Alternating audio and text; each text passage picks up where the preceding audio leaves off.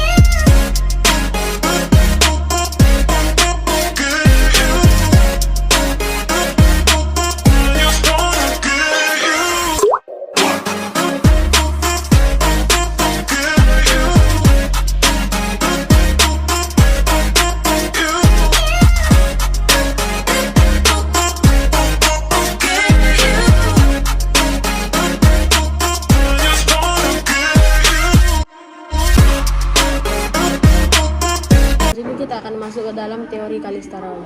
Teori adaptasi Callista Roy adalah salah satu teori keperawatan yang dikembangkan oleh Callista Roy pada tahun 1976.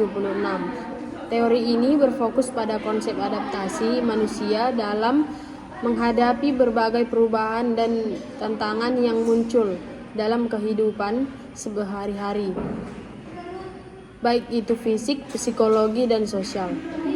Roy melihat manusia sebagai sistem yang berinteraksi dengan lingkungan dan selalu berusaha untuk beradaptasi agar dapat mempertahankan keseimbangan.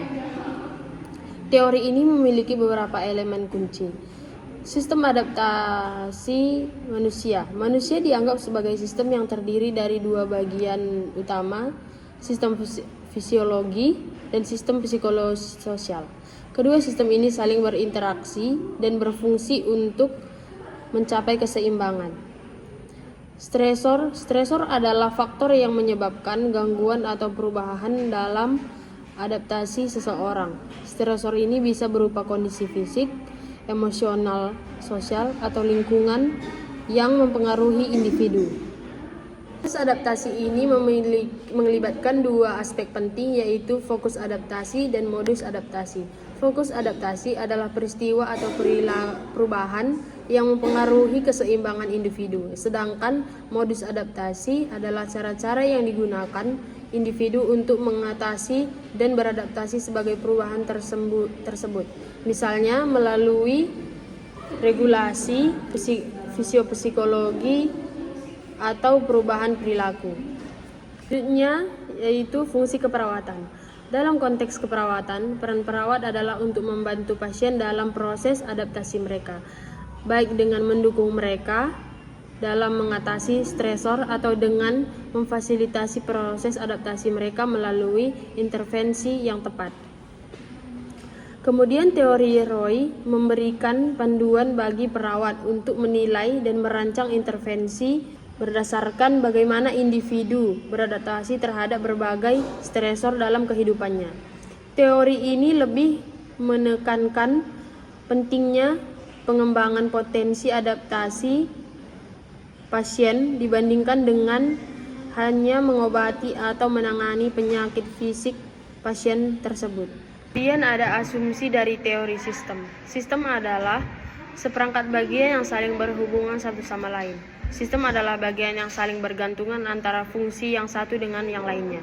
Sistem mempunyai input, output, dan kontrol, proses, dan umpan balik. Input merupakan umpan balik yang juga disebut informasi. Sistem kehidupan lebih kompleks, memiliki standar dan umpan balik tentang fungsinya. Yang kedua yaitu asumsi dari teori Melson. Perilaku manusia adalah hasil adaptasi dari kekuatan organisme dengan lingkungannya. Perilaku adaptif adalah berfungsi untuk stimulus dan tingkatan adaptasi yang dapat mempengaruhi terhadap stimulus vokal, stimulus kontekstual, dan stimulus residual. Adaptasi adalah proses adanya respon positif terhadap perubahan lingkungan. Respon merupakan refleks keadaan organisme terhadap stimulus. Yang ketiga yaitu asumsi dari humanisme. Individu mempunyai kekuatan kreatif. Perilaku individu mempunyai tujuan dan tidak selalu dalam lingkaran sebab akibat. Manusia merupakan makhluk holistik. Opini manusia serta nilai yang akan datang. Mobilitas antara manusia yang bermakna. Kemudian Roy menyarankan individu harus beradaptasi dengan 4 mode utama. Yang pertama, mode fisiologi, berkaitan dengan faktor fisik dan biologis yang mempengaruhi kesehatan individu seperti suhu tubuh, nutrisi, dan persepsi sensorik. Yang kedua itu mode konsep diri, fokus pada aspek psikologi dan spiritual yang mencakup diri, citra tubuh, dan identitas pribadi. Ini berkaitan dengan bagaimana individu memandang diri mereka sendiri. Kemudian mode fungsi peran, berkaitan dengan peran individu dalam masyarakat sebagai anggota keluarga, mahasiswa, atau pekerja. Kemudian selanjutnya yang keempat yaitu mode interdependensi, berhubungan dengan hubungan sosial dan sistem dukungan, serta bagaimana interaksi dengan orang lain memengaruhi kesejahteraan dan kesehatan. Sekian yang dapat saya paparkan, terima kasih.